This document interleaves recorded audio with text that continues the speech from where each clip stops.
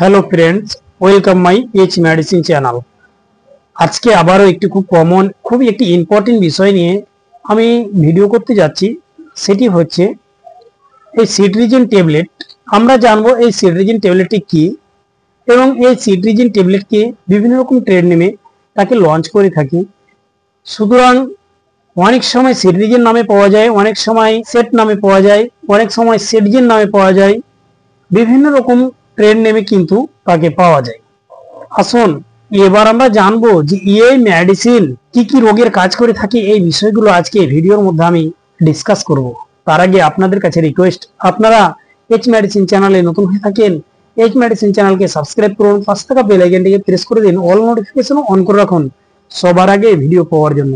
ভিডিওকে স্কিপ করবেন না, সম্পূর্ণভাবে দেখবেন।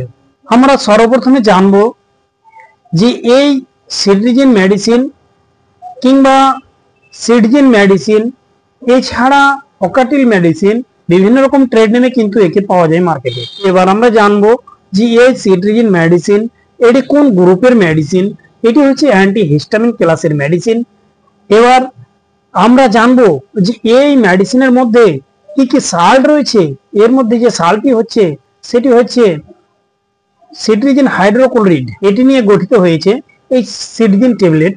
এবার আমরা জানবো যে এই মেডিসিন এর ইউজ কি হতে পারে, এটিকে কখন কোন সমস্ত ডিজিজের ক্ষেত্রে ডাক্তারবাবুরা ইউজ করে থাকে।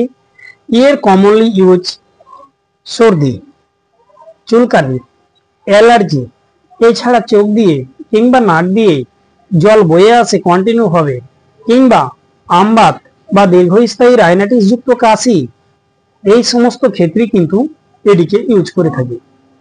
আসুন এবার আমরা জানবো যে এই মেডিসিনের ডোজ কি হতে পারে। এই মেডিসিনের ডোজ 6+ থেকে নিয়ে অ্যাডাল্ট পর্যন্ত কিংবা 6 বছর বয়স থেকে নিয়ে প্রাপ্ত বয়স পর্যন্ত তাদের জন্য একটি করে ট্যাবলেট তারা নিতে পারে।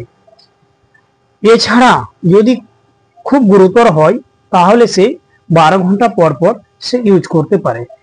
খুব যদি গুরুতর হয় তাহলে সকালে একটা এবং রাত্রে একটা নিতে পারে।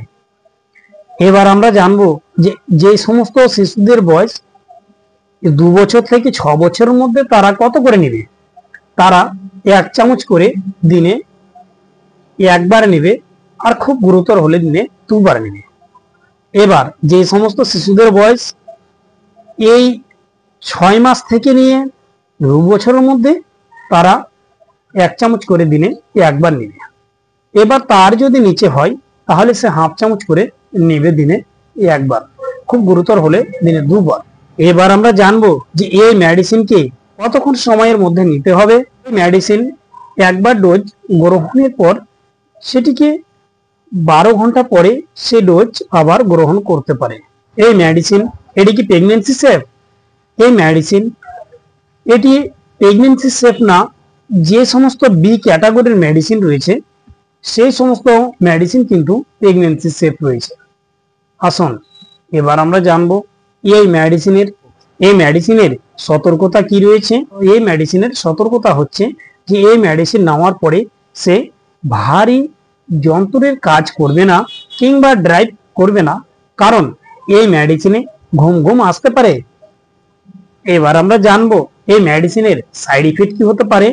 এই মেডিসিনের বেশ কিছু সাইড ইফেক্ট লক্ষ্য করা যায়, যেমন ঘুম আসতে পারে, এছাড়া উইকনেস লাগতে পারে, কিংবা হার্টবিট বেড়ে যেতে পারে, এছাড়া স্টোমাক পেন অর্থাৎ পাকস্থলীতে ব্যথা হতে পারে।